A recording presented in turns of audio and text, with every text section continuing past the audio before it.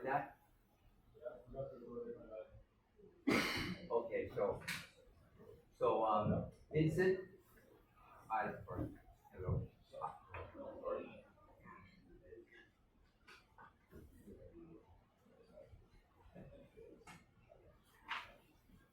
Sorry. Okay, just start from the beginning, please, okay? Okay. Thank you.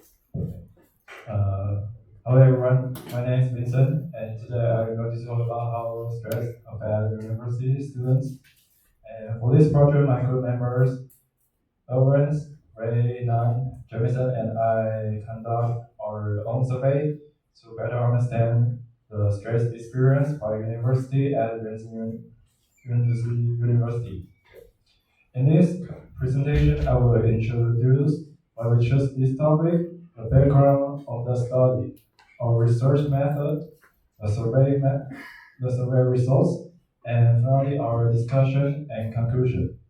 We hope this research can help people better understand student stress and possible ways to improve student support. So first, let's talk about the motivation of our study. My group members and I choose this topic because stress is very common among university students today.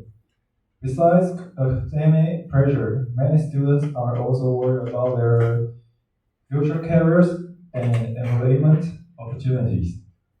From previous studies, we found that career stress may sometimes be even more serious than regular coursework stress. And we also noticed that many students reduce stress through entertainment, such as gaming, watching video, or using social media. Although these activities may help temporarily, they often do not solve the real problem. Because of this, we wanted to investigate what caused the most stress for students, and how stress affects their daily life, and what coping methods they usually use. We believe this study will be meaningful because understanding student stress can help universities provide better support systems. Okay. Now I will introduce the background of the study. Previous research showed that Taiwanese university students are highly concerned about future career issues. In some cases, career anxiety causes even more stress than daily cases or exams. The study also discussed two kinds of coping strategies. The first is active coping. This means directly solving the problem, such as making plans, asking for advice, or improving skills. The second is avoidance coping. This means trying to escape from the problem by ignoring it or distracting oneself with entertainment. Another important issue is the help-seeking barrier. Some students feel embarrassed or ashamed to visit counselors or support centers. Because of this stigma, students may avoid professional help even when they are under stress. Based on these ideas, the researchers expected that students will worry most about future jobs and will prefer entertainment, social media, or games over counseling services. Next, I will explain our research method and design. For this study, my group members and I created a Google Online survey. We collected response from 50 Rensselaer University students from different departments. The survey included several sections: the background information, stress and health symptoms, and coping methods. We used a 5-point Likert scale, where 1 means strongly disagree and 5 means strongly agree. The survey was voluntary and anonymous, and we distributed it through campus network and social media platforms. Most participants were undergraduate students between 18 and 20 years old, and many were from the electrical and computer engineering department. After collecting the response, we used Studies and main score comparison to analyze stress source, sleep quality, symptoms, and coping behaviors. Now, let's look at the results. The first major finding was the future career anxiety was the biggest source of stress. It had the highest mean score of 3.82. This shows that students are more worried about their future career than about daily academic tasks. And about 66% of students went to bed after 1 a.m. Although students may still sleep for several hours, their sleep usually was sometimes poor. The study suggests that stress affects not only mental health but also physical health and daily routines. The study continues the survey results. Most students describe their sleep quality as only generally acceptable rather than good. Interestingly, 56% of students still sleep around 7 to 8 hours per night. However, the quality of sleep was not good, which means stress may still affect recovery and energy levels. The survey also showed several common symptoms. Irritability had a mean score of 3.6, and lack of energy has a mean score of 3.52. Another important finding is the coping gap,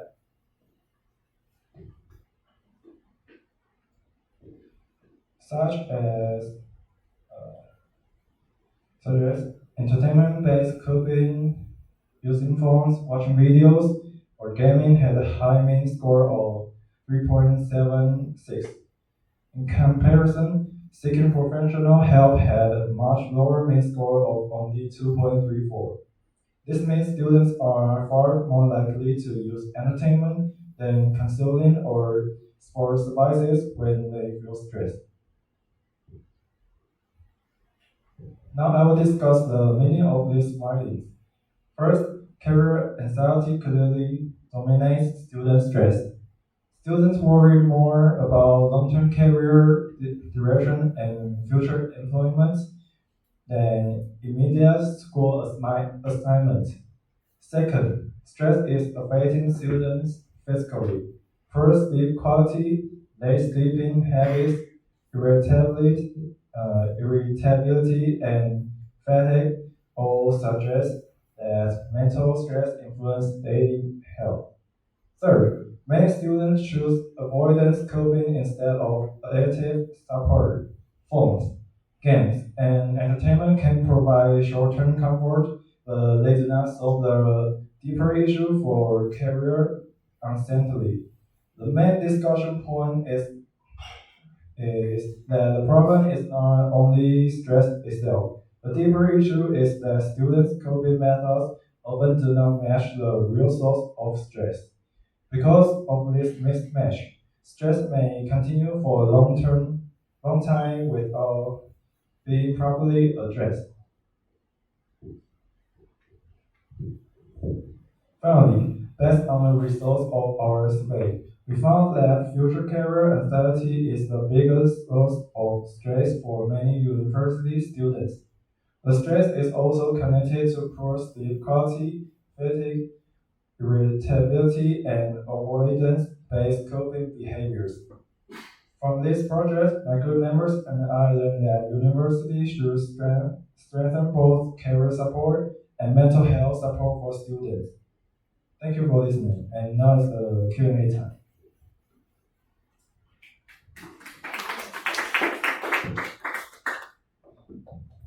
You guys can now start raising questions. Okay.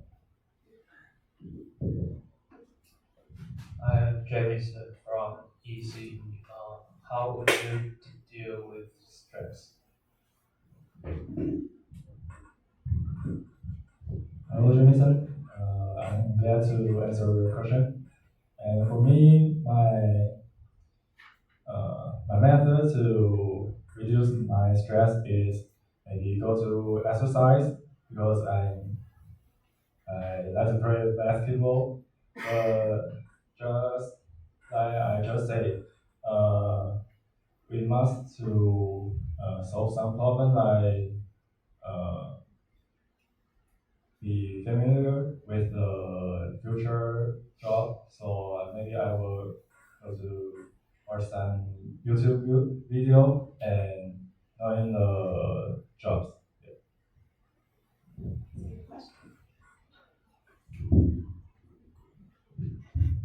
Hello, I'm Benji from electrical engineer, and I'm wondering that what's make you most stress in your daily life?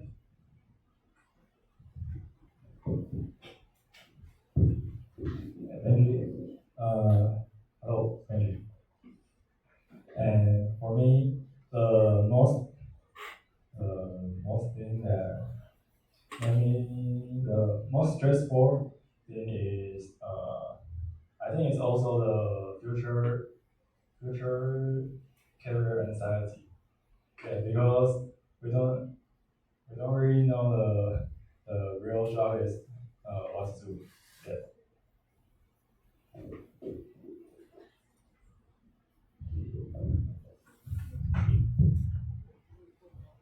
I'm Harry from ECE.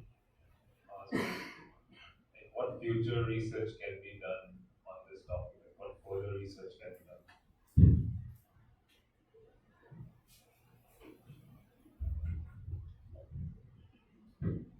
Hello, Henry.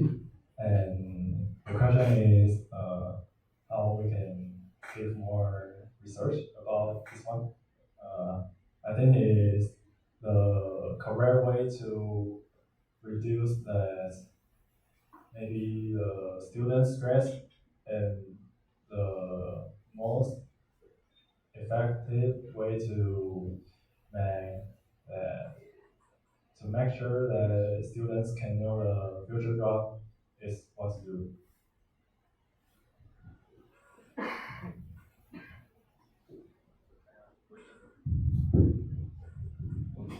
And I'm Benjamin, and I want to ask that do you think the stress is positive for student or negative?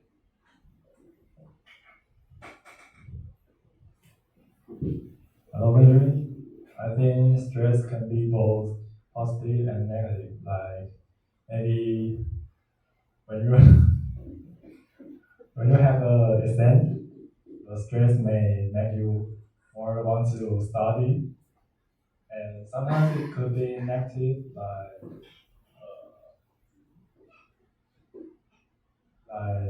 some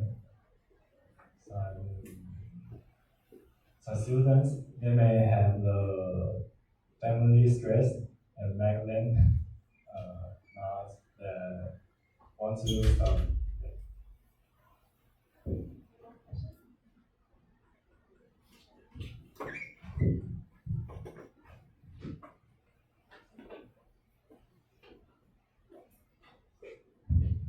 Hi, my name is Jenny from ECE. So I want to ask, why do you think students prefer entertainment instead of counseling?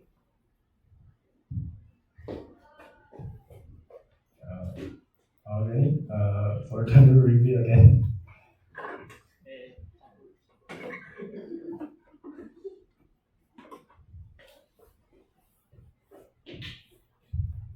Why do you think students prefer entertainment instead of counseling?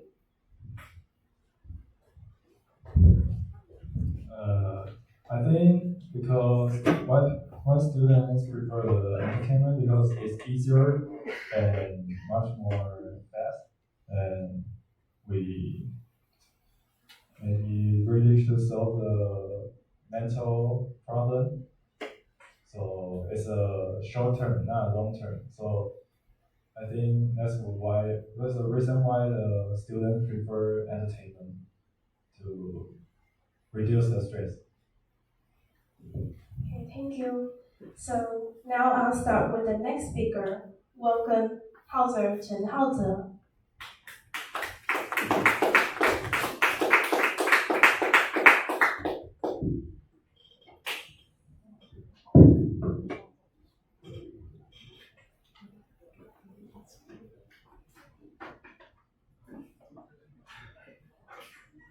Hi everyone. Good morning. Good afternoon. My name is Howard. Today I'm happy to share our research. The topic is salary expectation and career planning in 全职 university student. In Taiwan, the technology industry is very important as electric engineer student. My team, Iris, Johnny, and Benjamin, and Paul, and we are we want to know how many money we can earn in the future. So we start the survey.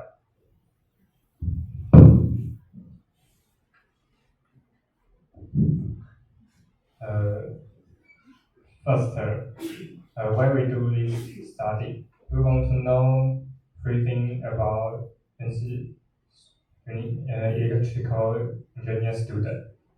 The first is their salary expectation, and the second is their career plans, and the final is their plan for further study.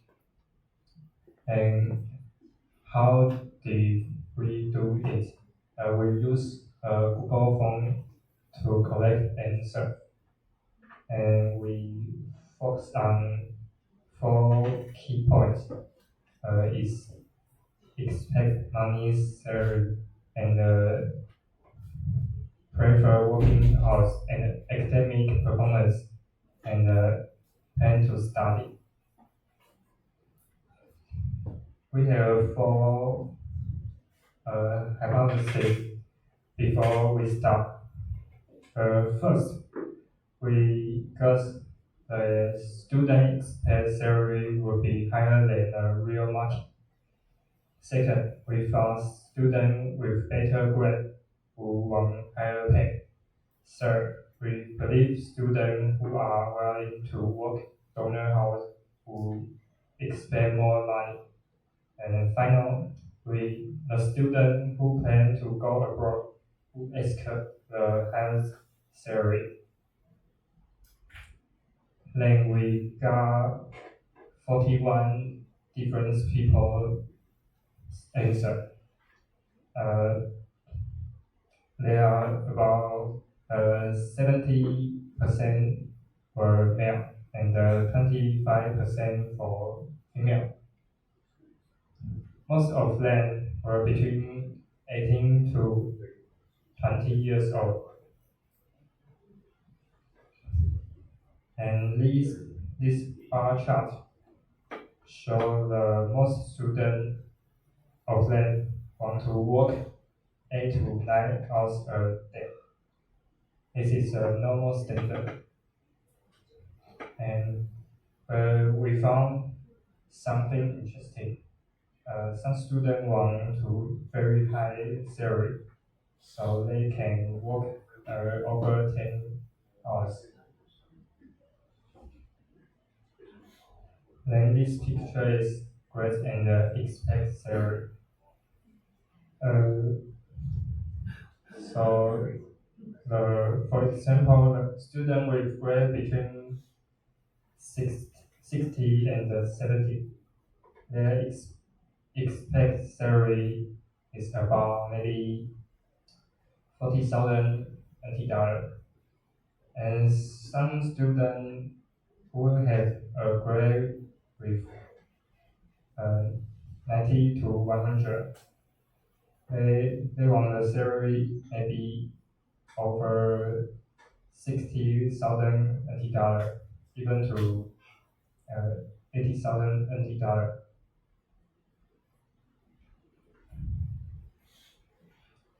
Next, we look at the students who work abroad. This pie chart is for their money expectation is very high. Almost 40% students they want maybe 50,000 NT$. and they have 20% student. They want their salary over $90,000.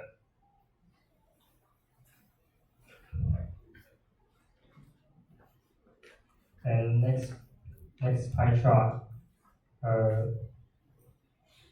is the student plan to work in Taiwan.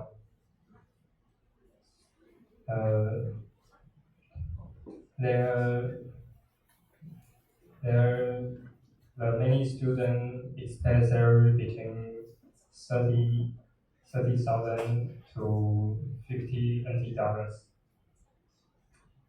Yet also a small group still want to offer 90,000.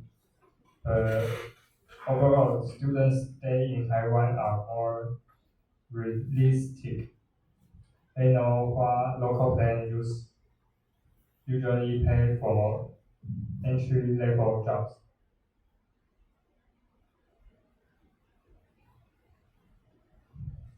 So why do students expect high salary? We found three main reasons. The first is the market gap. There is a difference between the real market and the student dream. Second is grade effect. Students think good grade mean they were worth more money. Final is abroad bonus. Students think move to another country means higher salary.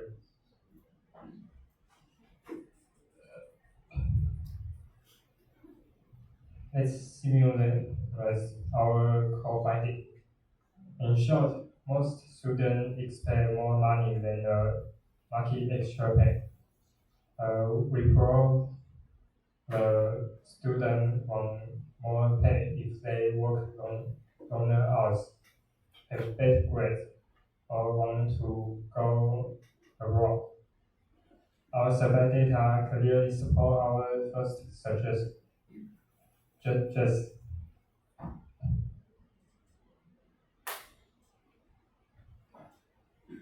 And what do these results mean? For companies, it means they need to expand their staff salary to attract students. For our university, we need to connect students with real company more often, so we can know the true job market. We know our study have some limits, we have only 41% people answer. This is a very small number, and we only just ask the student who live in Brazil.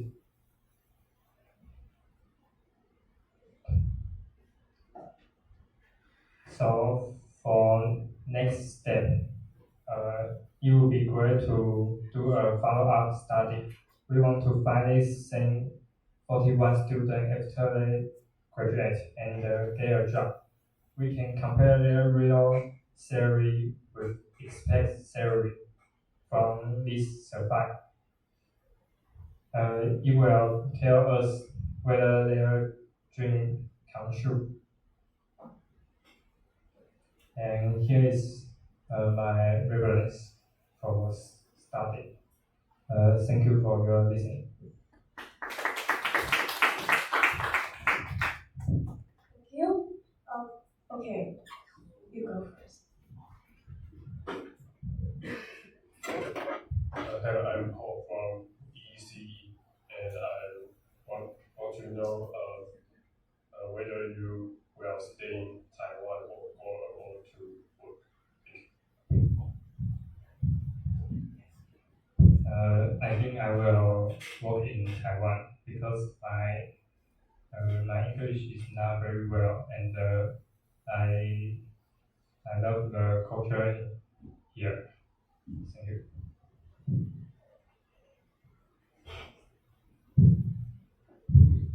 My name is Benji from electrical engineer, and can you go back to the fourth page?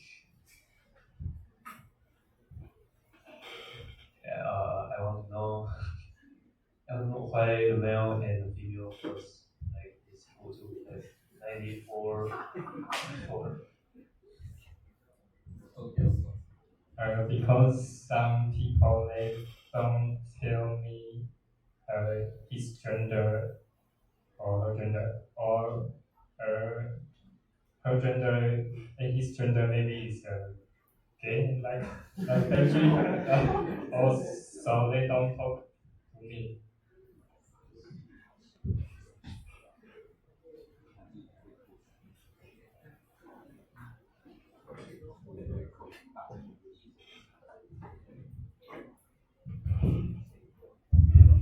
So my name is Anchi from IBPECE. My question is, what do you think is the most common factor that influences the IBPECE students' salary expectation?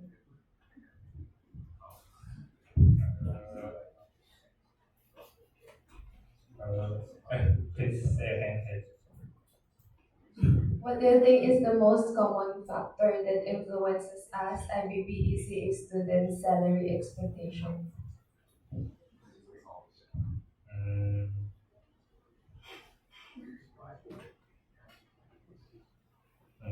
sorry, I don't know.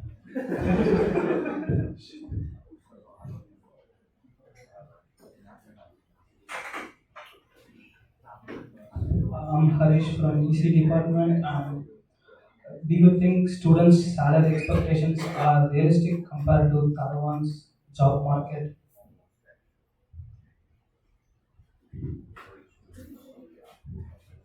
Uh, as,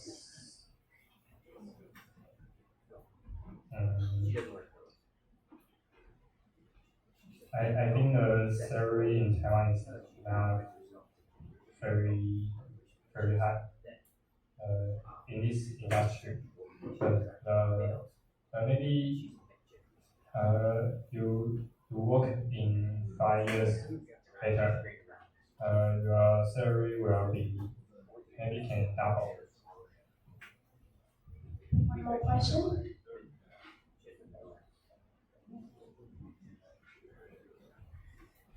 Okay, from ECD. Very simple question.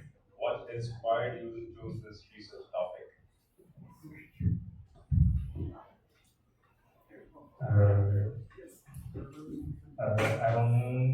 I want to know everyone.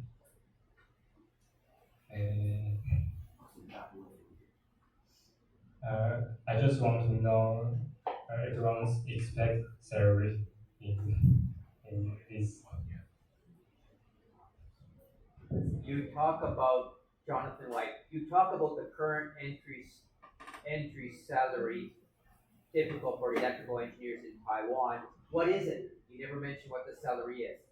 What is the typical entry salary for a Taiwanese person? What is the average entry salary for a Taiwanese person in Taiwan? What is the average entry salary?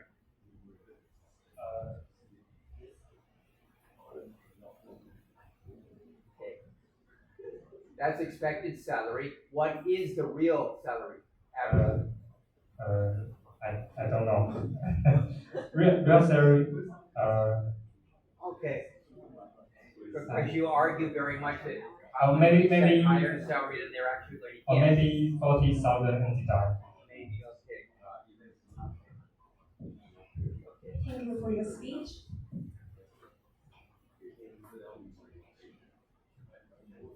Next, I would like to welcome Eddie Wang Wenxuan.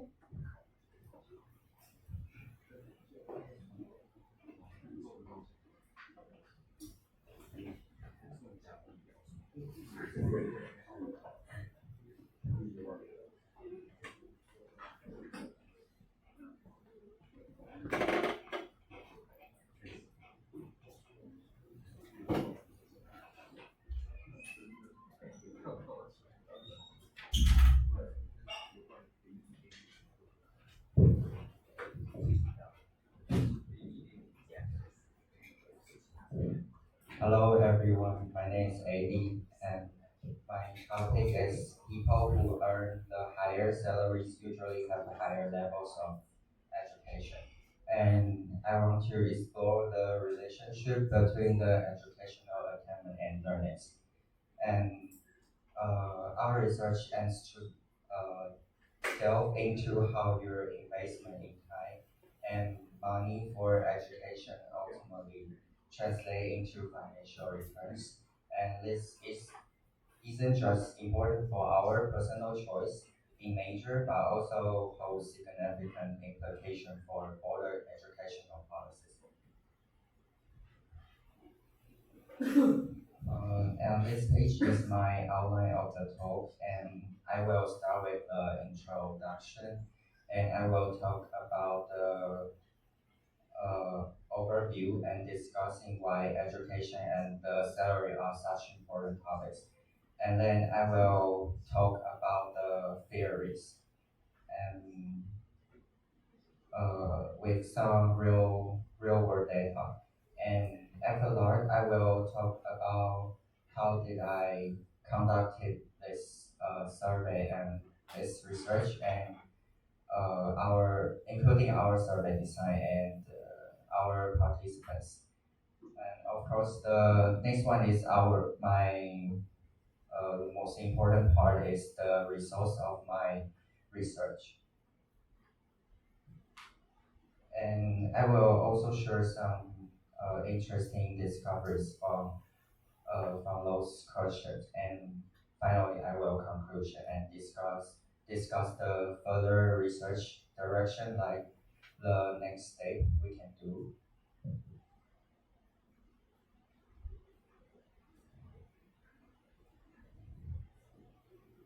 Um, This page is the introduction, and we have a main idea is people with more school and usually get a higher pay.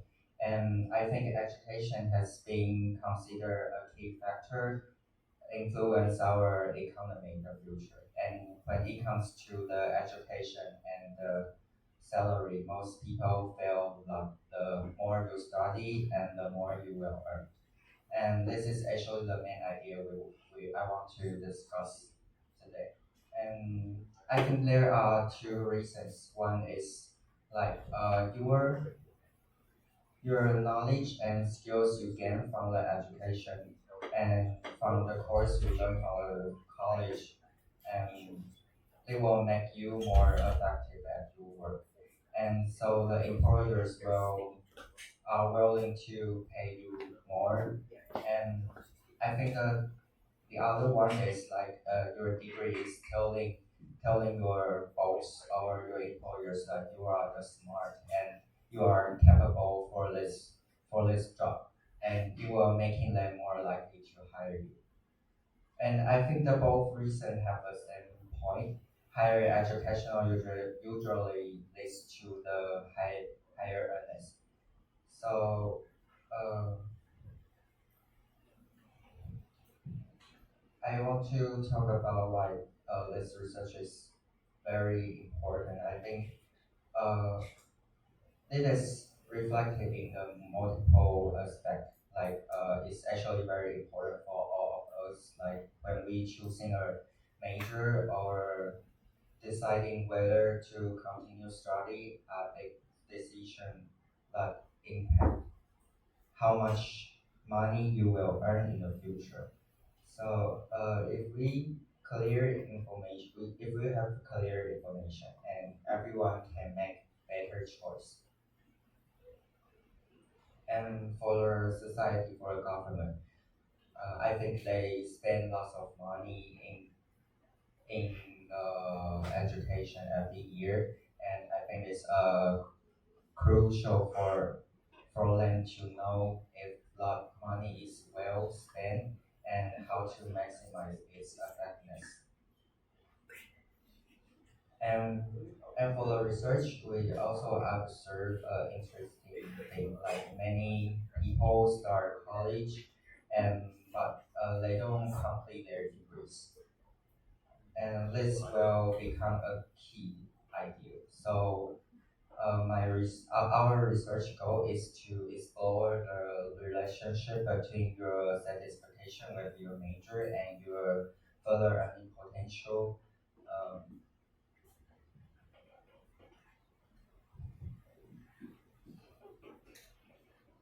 and for this page, we have this chart, and I think it's a real data. So we can see in the high school, if you just have a high school degree and your salary is roughly 45,000 a month, and if you have a college degree and your salary is higher than a high school, so roughly 75,000 a month, and if you have a master degree, you will earn the 95,000 a month. So the career tells us that the education attainment is directly related to your salary.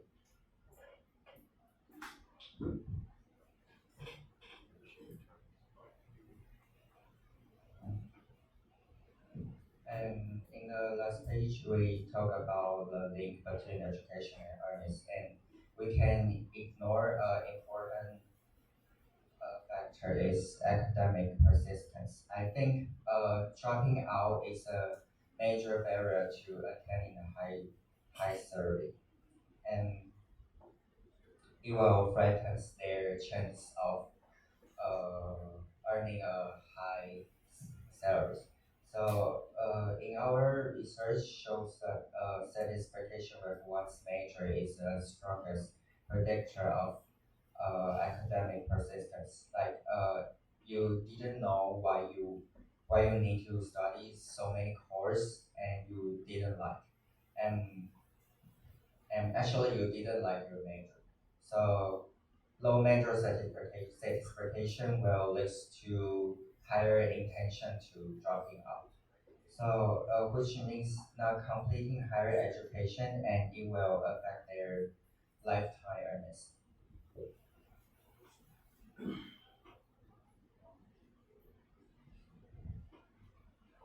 And in this page, I will talk about our survey. And we designed a survey to collect the students' thinking, and we collect the data from 46 undergraduate students. And the age is from 18 to 22, and we use Google Form to collect the data. And in our Google form, we have the two key survey questions, and the first one is how satisfied are you with your current curriculum and career prospects? And we're using 1 to a 5-point scale. And the second one question is we explore whether they have ever serious thought about changing their major or dropping out.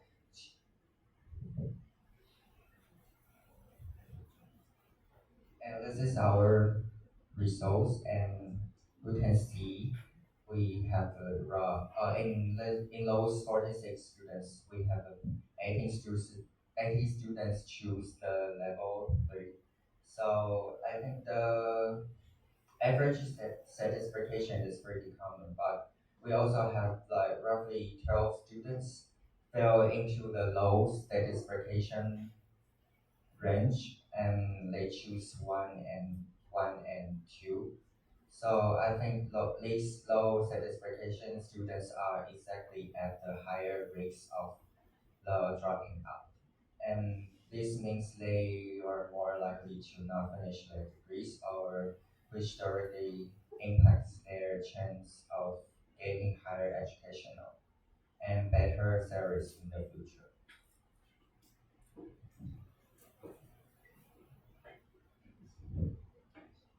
And this is the next one questions chart, and we can see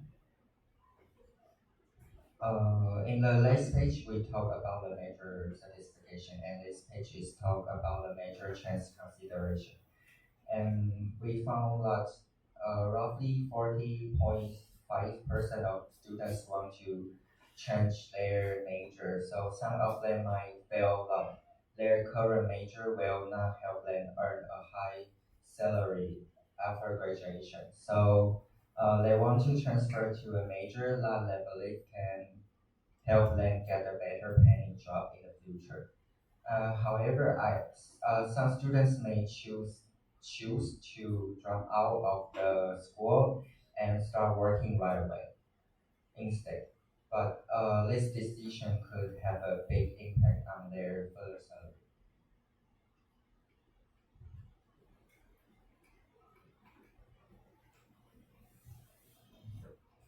And we just saw how major satisfaction impacts students' academic stability. And now we have a conclusion of our topic. And first, I think educational attainment truly is the best predictor of your future salary, and this has uh, been confirmed by lots of data. And we found that education itself can boost your productivity, which then increase your salary. And so major certification is actually a critical prerequisite for you to reach higher educational levels. And and I think the next steps and further direction is I think I can increase the sample size by collecting more response to improve the survey's reliability. Because we just have the 46 students. So we want to increase the sample size. And I want to conduct a cross-national comparison to see how education salary is different from different countries. And I think I also can add the quality interviews to better understand the reasons behind the major dissatisfaction. Thank you. This is end of my talk.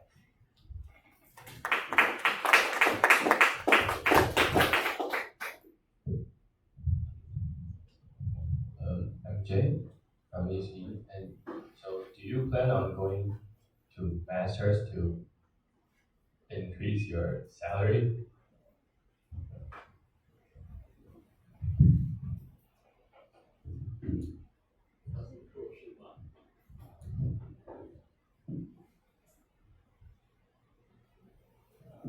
I think I want to yes I want to finish my master degree after I graduate from the college because I want to earn higher salary first. Question for you. So, do you think school rank or one's person experience and skill will affect on their salary more?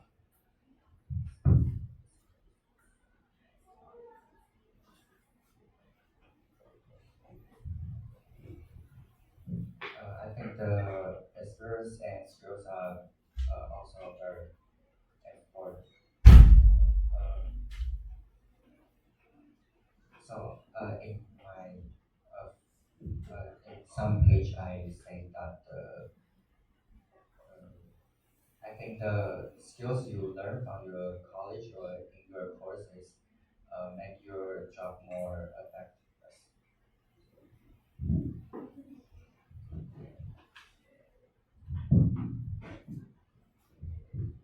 So I'm John, and my question is that are there careers where like education level is not really strongly affected by salary?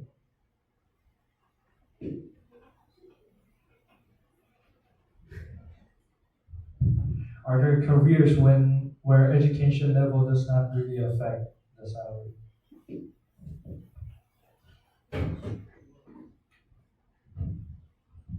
I think it's because you learn more from your you learn more from your college or you learn more from your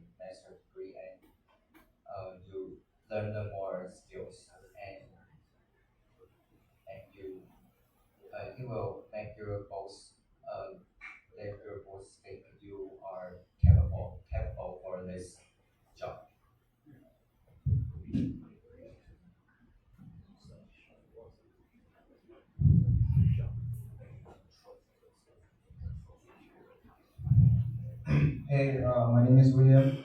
I'm YSO affiliated. My question is, what challenges did you face when doing your research?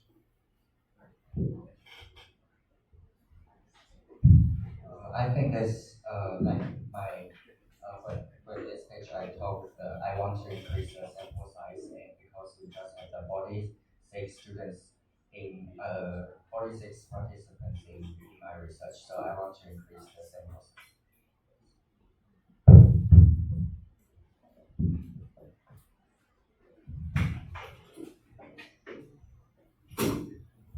I'm Harish. Like, do you think salary depends more on skills or education degree? Do you think salary depends on skills that you have or education degree?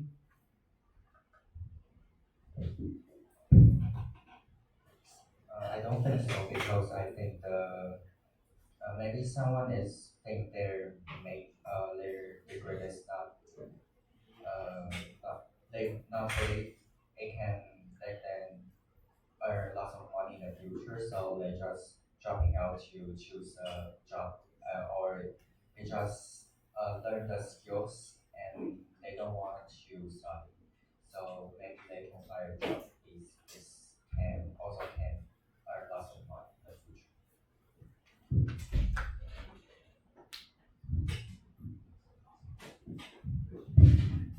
I'm Melody from YZU. So why do you think so many students are not satisfied with their major now?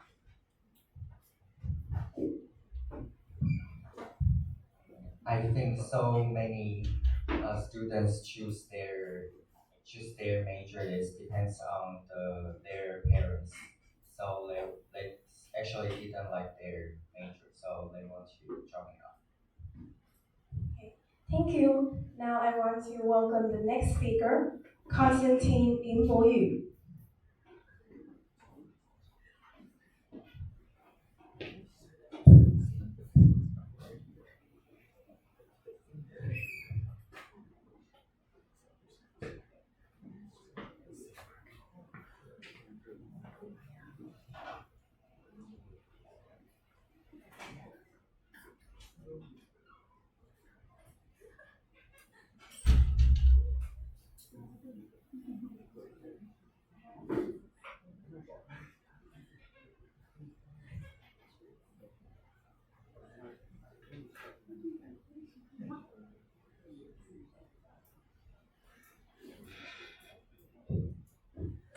Good morning, everyone. My name is Constantine, and today I will present my research about how higher education often leads to higher salaries.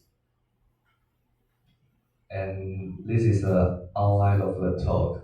First, I will talk about the introduction and importance of higher education, then research overview, and after that, benefits and data collection, key findings and conclusion. Last will be future work and collaboration. So what is higher education? Higher education is education after high school includes universities and colleges. Help develop skills and knowledge. The main idea is people with higher education usually earn more money during their careers. Many people choose higher education because they believe it can improve their future. University education often provides better job opportunities, higher salaries, and more career stability. However, university life can also create stress and uncertainty for students. This research explores both the benefits and challenges of the educator.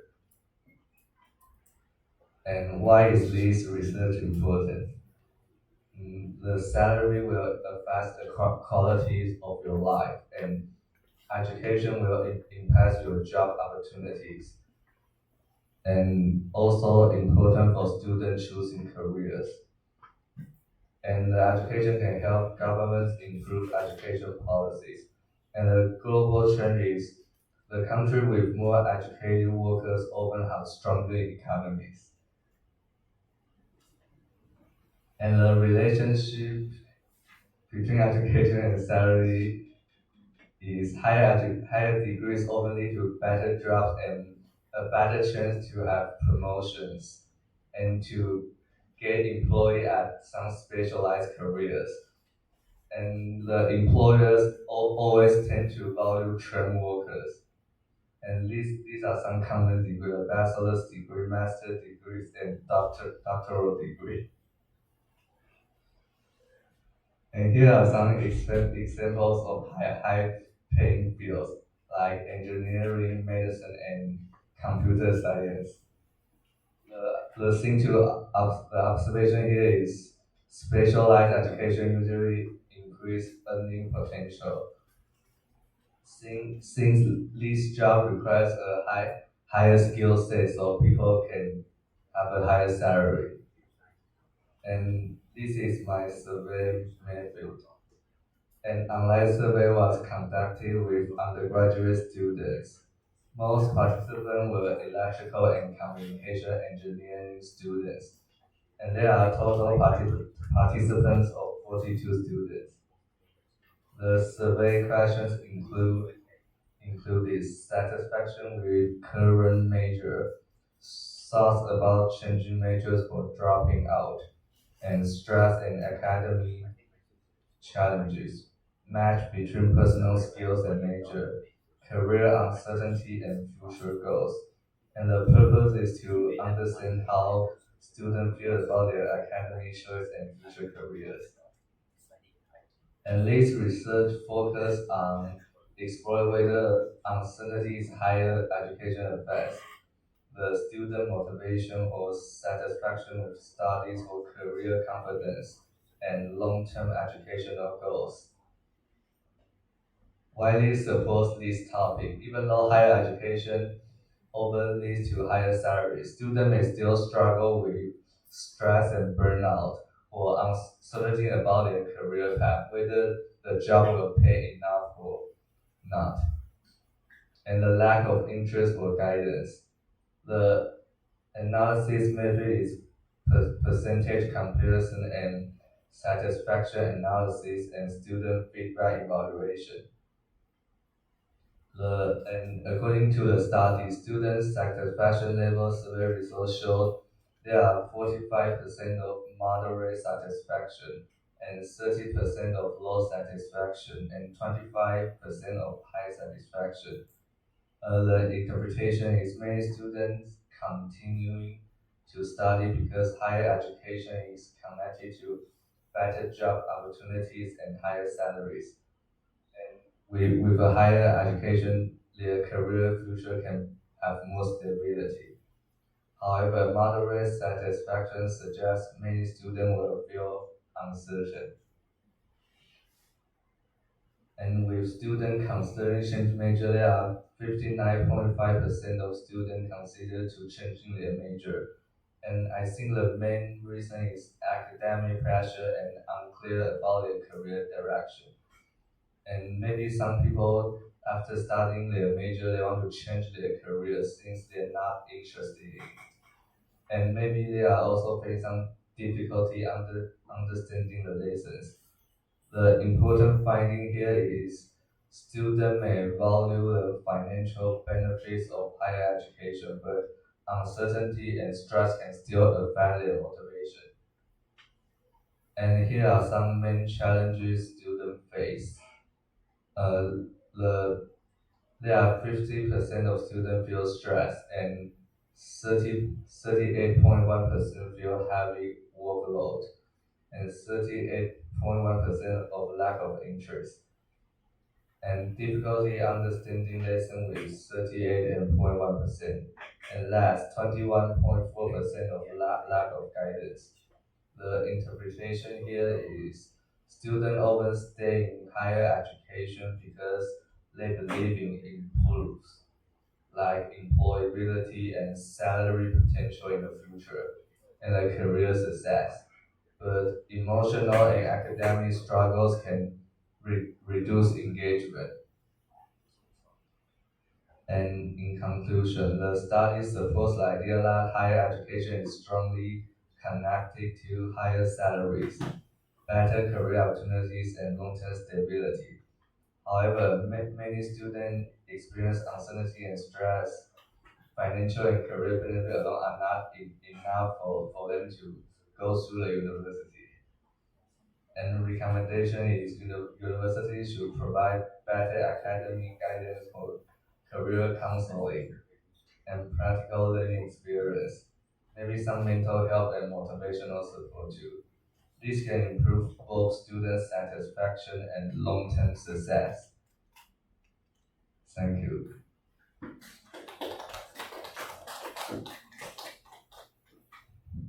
Okay, you can now raise question.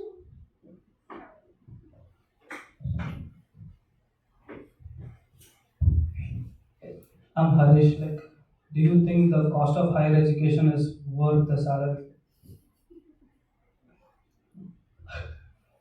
Do you think the cost of higher education is worth the salary? I think the cost of higher education is absolutely worth the higher salary because for many major with higher degrees you can have a better start of the company and a better chance to gain in the company.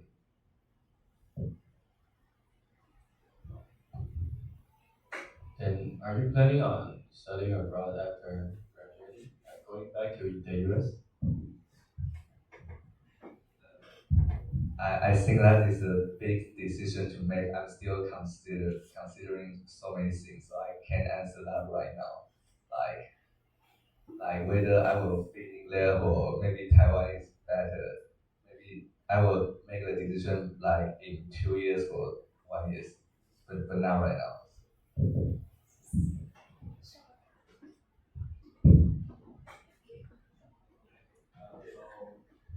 Most participants were electrical engineering students.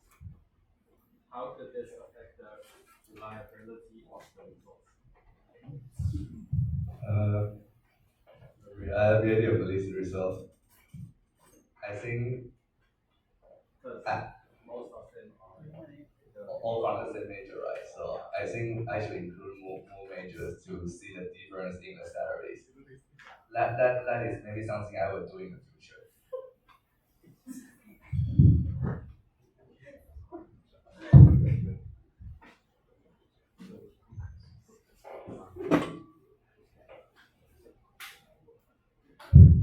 Hi, I'm Vincent. What's your expected salary in the future? My expected salary or what?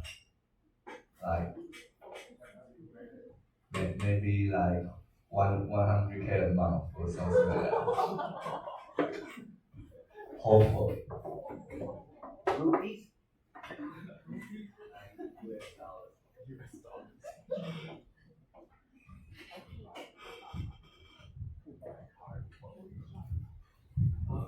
My name is Henry. So you mentioned students often struggle with stress and uncertainty.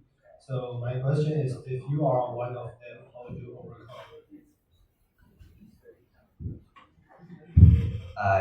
I think Yunzi University is a stress-free environment, so I don't feel like a lot of stress studying here.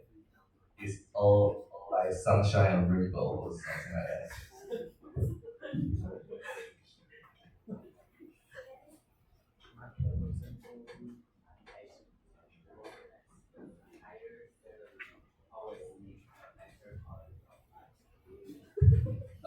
I don't think that is entirely true because sometimes you want a higher salary, you have to work overtime a lot, and it may affect your life. Like you don't have a lot of time to spend with your friends or sleep.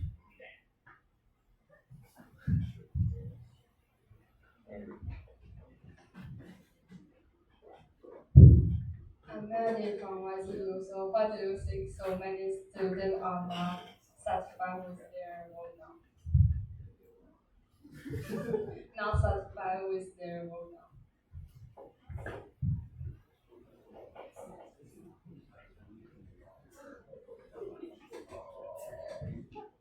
I think the major reason behind that is not enough salary. Thank you. I'd like to welcome the next speaker, J. 周冠杰.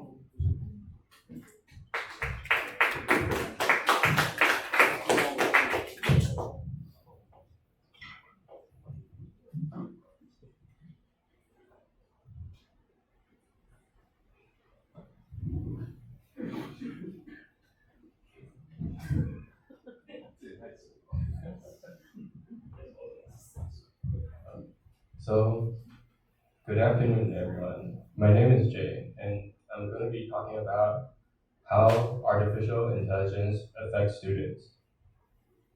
Based on the research I did with my classmates, Jenny, Benji, and Harry.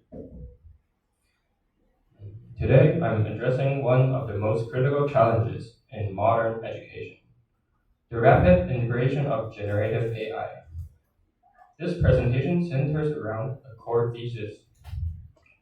Without proper application and training, artificial intelligence poses a direct threat to student cognitive development. This is a table of contents of my presentation. Nowadays, like ChatGPT and Microsoft Copilot, have shifted from study aids to fundamental infrastructure. This rapid change introduces a profound educational dilemma. While AI allows students to synthesize information instantly, it creates a shortcut that can bypass the mental struggle required to build deep conceptual understanding.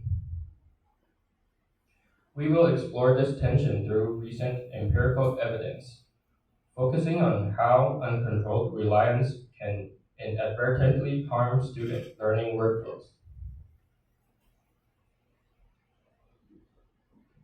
To ground this discussion in empirical reality, in 2025, we examined a study conducted at Yangtze University. We surveyed a total of 41 students, primarily from computationally intensive fields like electrical engineering and computer science. The demographics showed that 77.5% of respondents represent technical majors, making them early adopters of these systems. The usage data indicates that AI is no longer a novelty. It is a permanent fixture of student routines, with a major portion using these tools daily. General purpose models like ChatGPT and specialized tools like GitHub, Copilot dominate their preferences. This provides an ideal baseline to observe how high-frequency usage impact technical skill, development, and problem-solving habits.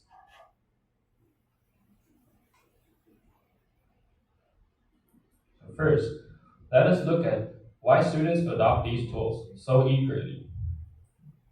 The study highlights a clear positive trade-off, labeling AI as an efficiency engine. An impressive 72.5% of students reported an improvement in their academic grades by the help of integrating AI. By outsourcing repetitive tasks like fixing code syntax or formatting, students can finish assignments much faster. From a pure productivity standpoint, the tools deliver immediate procedural success. However, this quantitative jump in performance outcomes conceals a hidden cost. It decouples high grades from actual mastery, setting the stage for what researchers define as the dependency paradox. This brings us to the core thread supporting our thesis, which is the dependency paradox. While over 70% see a boost in grades, 46.2% of those same students admit to diminished critical thinking engagement. This means that while the quality of work handed in improves, the internal processing inside the student mind drops. The survey shows that students rely heavily on AI for completing whole assignments rather than just brainstorming or starting research. When students rely on algorithmic generation to bypass the productive struggle of writing or coding, they miss out on structural learning, leading to a shallower conceptual grasp of their material. And to understand how this harm occurs psychologically, we look at the cognitive load theory. Effective education requires managing different mental loads. AI safely handles extraneous load, like fixing minor syntax bugs. However, it crosses a dangerous line when it eats into germane load, which is the active mental effort dedicated to build long-term memory schemas. This triggers cognitive atrophy. Because a student can generate a flawless response or working piece of code instantly, they develop a false confidence that they understand the subject matter. When placed in a novel situation without internet access or an LLM prompt box, they often show an inability to independently problem solve.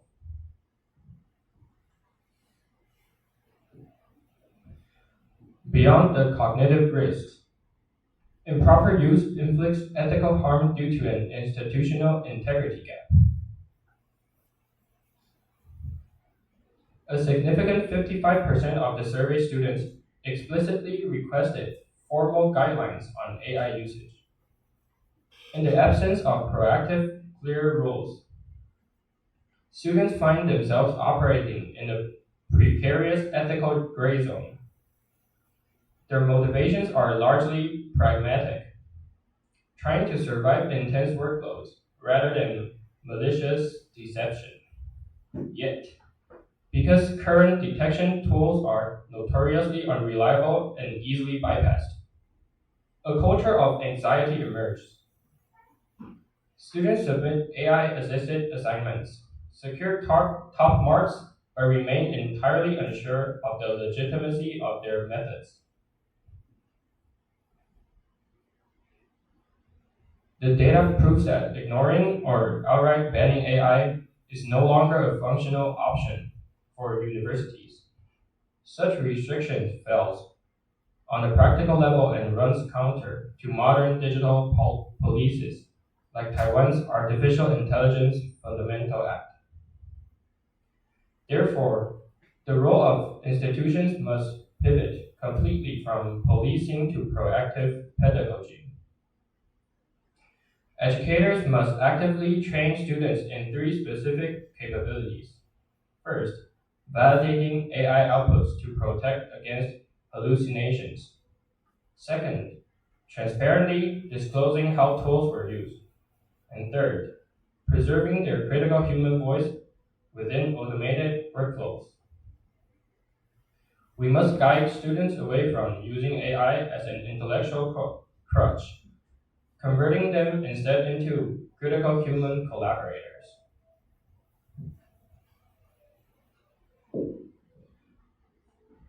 In conclusion, the experiment highlights that while AI is an incredibly powerful efficiency engine, its unguided adoption inflicts real harm, leading to measurable critical thinking declines. To reverse this trend, engineering curriculums should change. We should redesign assessments away from tasks that an AI can easily solve, shifting toward oral examinations, complex synthesized projects, and interactive in-class problem solving. The future of education relies on managing this tool safely. As the research succinctly summarizes, the future of higher education lies not in banning the tool, but in training the user. Thank you all for listening.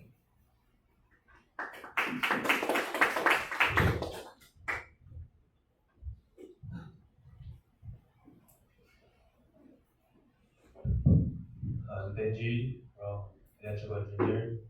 So I'm wondering what AI tools do you use most frequently?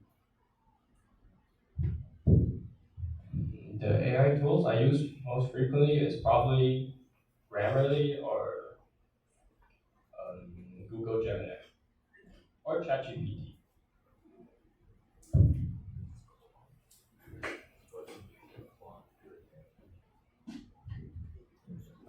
I'm Benjamin, and you say that your AI is a shortcut for a student. And as an electrical engineering student, do you think coding or learning with AI tools is a good idea or a bad idea? Because some people think that thought that using coding using AI tool is a bad idea for learning because you don't need to think how to code the way it works. For me personally, I think it's a good idea because it depends on how the user uses it. So if I use AI to generate the code and I actually understand how it works, this helps me. But if I only use the AI to generate the code and submit it for homework, I learn nothing. So it depends on how the user.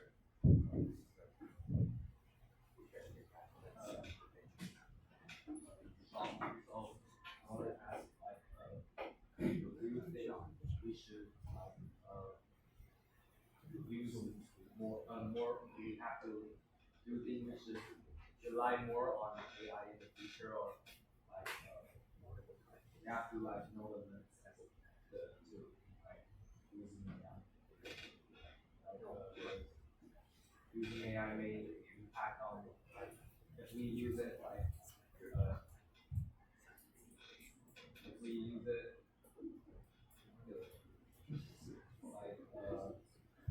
so if we use it every day and stuff, this may impact on a lot of things. Maybe we don't even use features of it. So do you think we should have a limit to using AI? Yes, I think there definitely should be a limit. And it is true that using AI is a lot more faster and convenient for us to learn new stuff, but I still don't think AI could replace teachers because when we use AI, we don't know if the source is reliable or not. We still have to check it. So Sometimes the teacher may I won't say then I guess that's when the teacher actually knows the stuff and he uses AI to make his work more sufficient.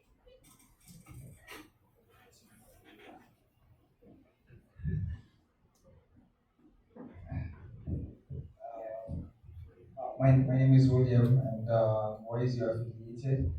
So my question is, what's the long-term impact of AI on students?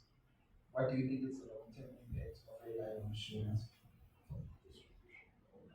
In Taiwan or like so students in Taiwan or like the grades in general.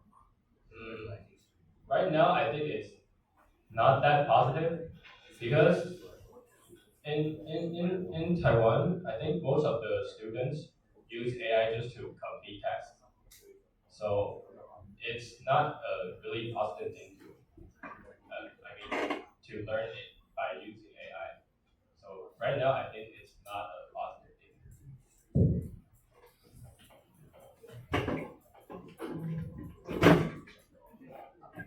Jenny from ECE. Did you face any problems during making this study? Yes, because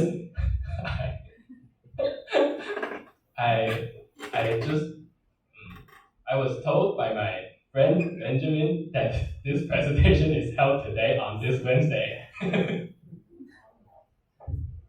Okay, thank you. And now I would like to welcome the final speaker for this session, York Ye Hao.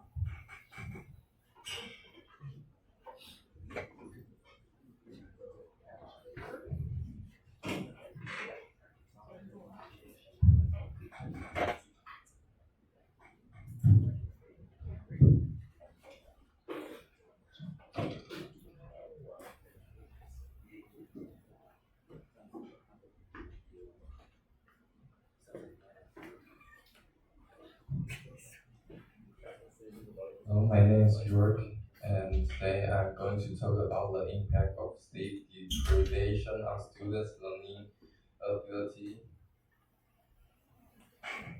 I think most students can relate to this topic because many of us stay up late to study, finish assignment, play games, scroll social media, or even watch video.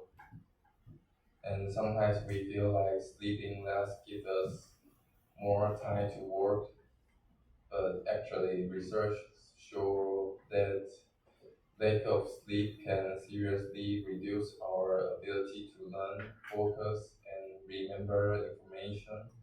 So today I'm talking about how common sleep deprivation is among students, how sleep affect the brain and memory, and its impact on academic performance and health, and some ways students can improve their sleep habits. First, let's look at how common this problem is. According to the statistics, in only 11% of college students get enough sleep consistently, and 73% students experience sleep problems sometimes. That's meaning most students are not getting enough rest. I think there are many reasons for this: school pressure, exam, part-time job, and especially phone usage before sleeping. I think many students today sleep late without realizing how much it affects their body and brain.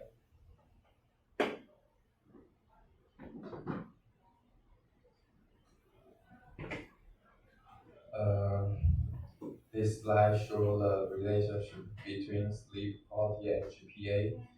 And students with better sleep quality had higher GPAs, with students with poor sleep quality had lower academic performance.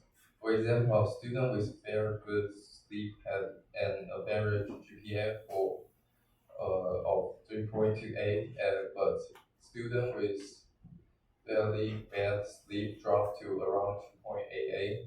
And another interesting point is that over 40% of students need more than 30 minutes to fall asleep.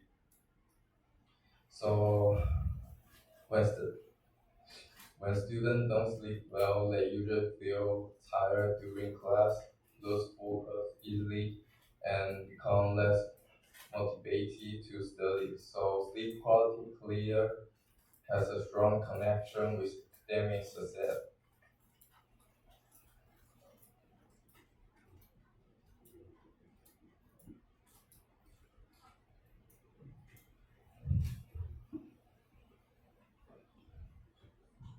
Uh, this slide focuses on insomnia.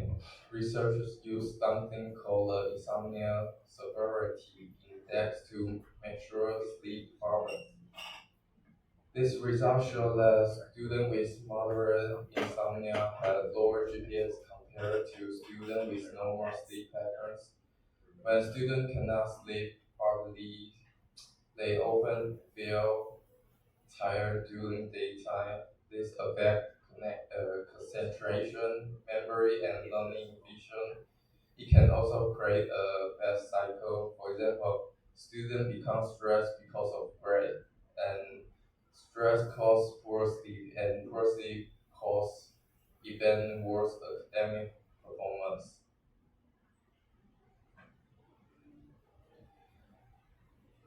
Now let's talk about memory. Memory has three important stages: Acquisition means learning new information, and consolidation is when the brain organize and store information. This stage mainly happen during sleep, and recall means remembering information later, like during an exam. So even if students study for many hours without enough sleep, the brain cannot properly store the information. That's why students sometimes study all night but still forgot things during tests. Sleep is actually an important part of learning, not a waste of time. And it explains what happens inside the brain when we don't sleep enough. First, sleep deprivation affects the hippocampus, and which is the part of the brain responsible for memory. And second, enough sleep, the brain cannot process information efficiently. Third, sleep also helps remove toxic waste from the brain. When sleep is when sleep is insufficient, this harmful substance can accumulate. So sleep is much more important than just feeling rest. It directly affects brain health and function. So next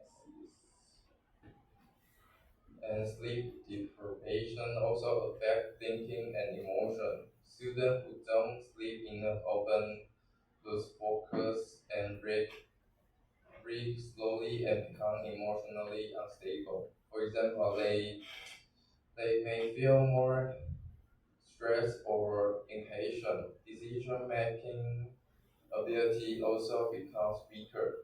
So this means students may struggle to solve problems and stay focused in class and make good judgment. So lack of sleep doesn't only affect grade, it also affects daily behavior and mental condition.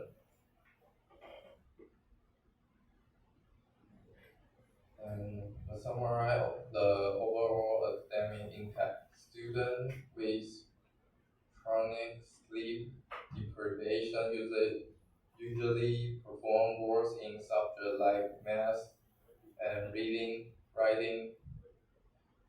Many students think they can recover by sleeping longer on weekends, but research shows that catching up on sleep during weekend cannot completely fix the damage. In fact, irregular sleep schedule may even disturb the body clock more. Studies also show the sleep quality is one of the strongest predictors of academic success. So, have a good sleep habit is actually very important for long-term performance.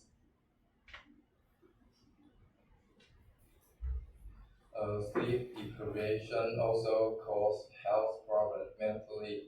This is related to anxiety, depression, stress, and emotional instability. Stability. Physically, it can weaken the immune system and increase the risk of disease like diabetes, obesity, and heart disease. Students who don't sleep enough may also feel tired all the time and lose motivation. So sleep affects not only learning ability but overall quality of life.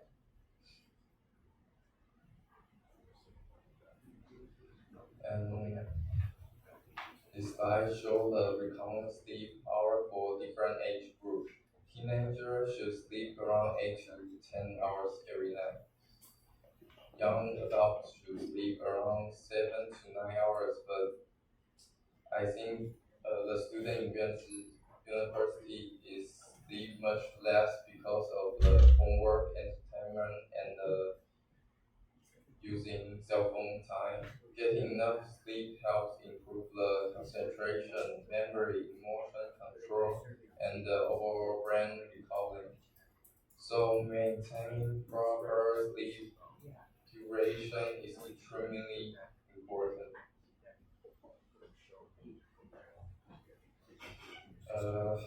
Here's some simple strategies student can follow. So first, try to sleep and wake up at the same time every day. Second, reduce phone or screen usage before bedtime because blue light affects us our affects us eyes. So next, avoid cafe at night. And first, keep the sleeping environment quiet and comfortable. So even in class daily time, short nap during the daytime can also help. Regular exercise help too. This habit may seem simple, but it can greatly improve sleep quality and learning.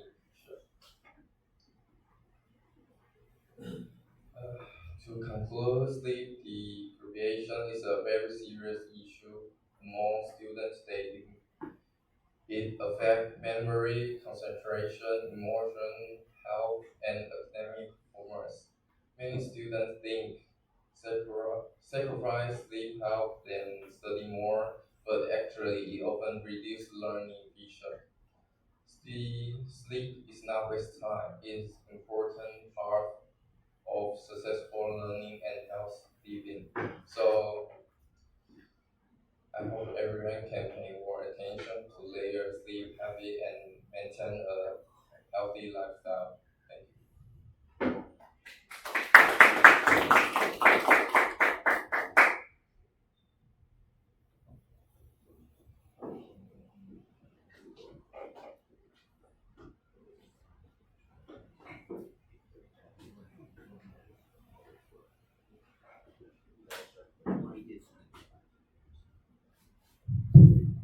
My name is Trevor from ECE.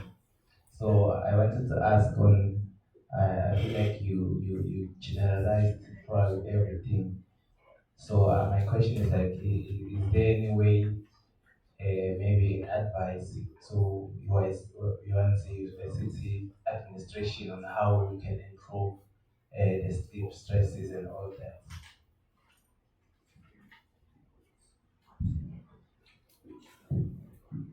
My personal thing is if I sleep well, I have more time to focus on class. But if I maybe play video game all night or watching cell phone all night, and I won't go fast tomorrow. So I think sleep well is influence the quality of it.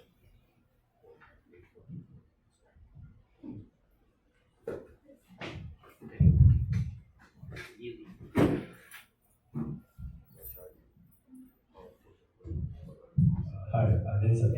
And do you think the less sleep time better quality of sleep will have a better learning performance than long sleep time but terrible quality of sleep?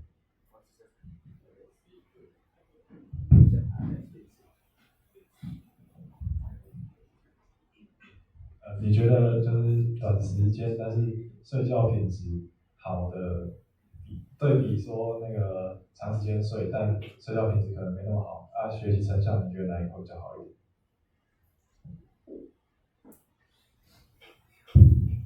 I think the first thing is better because your quality is good, but sleep time is less, and you sleep alone, but your quality is not well. So I think the first thing is make it better.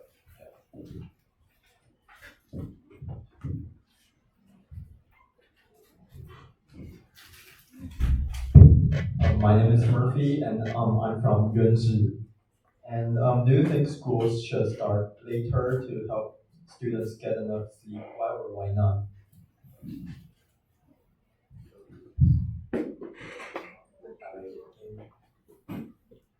I think, yeah, I think I will agree because if the class time late, I can sleep more and I will focus on class.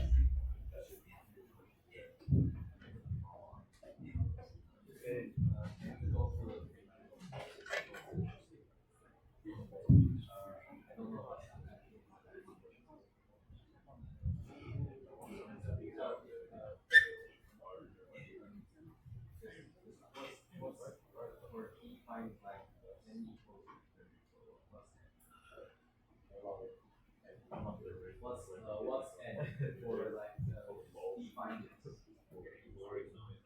N equals 54. What's is that so different like or you can ask for You mean this was me? is that the people who did the survey? Yes. What was that? Sherlock.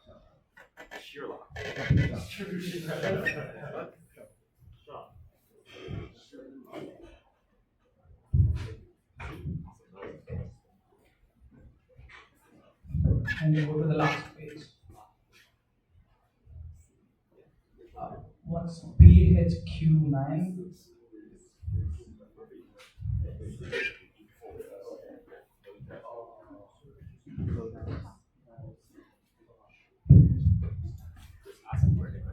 I don't know. So this is the end of our third session. You guys can take a rest for 15 minutes. Please come back before 45.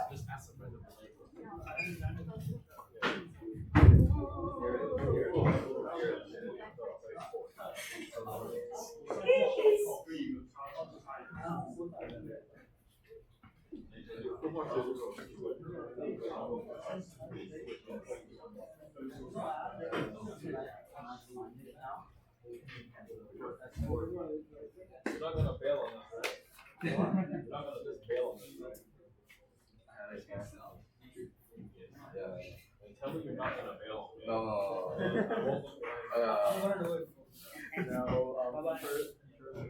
So we can leave. He will. He went to check off the marks. Oh, also, guys, because we ended the session late, right? The break has been extended, so instead of 2:30, it's now 2:45 we start. So you guys have your 15-minute break, so go and enjoy yourself. Actually, yeah, because we're giving these. Like we have to sign it. Like sign on this.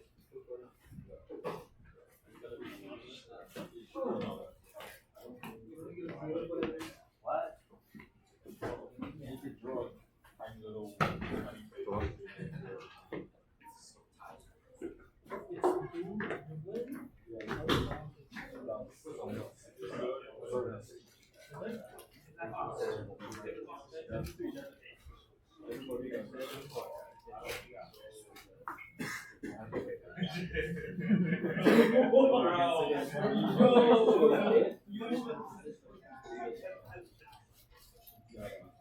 We're reusing this.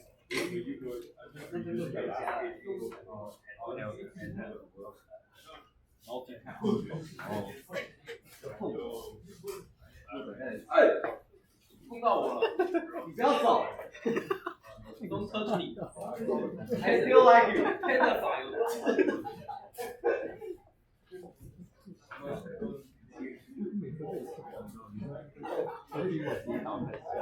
黑的白都是傻小到黑的。Because run away on your team.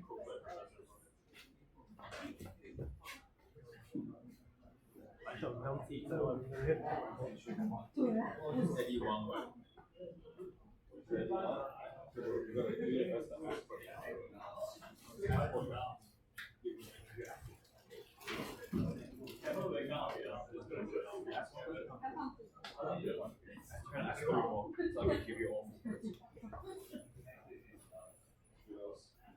Who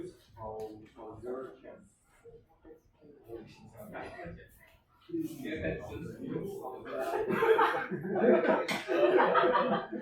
don't.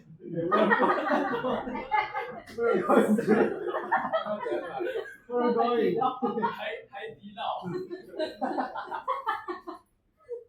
That's not the guy, right? That's not him, right? Yeah, I'm good.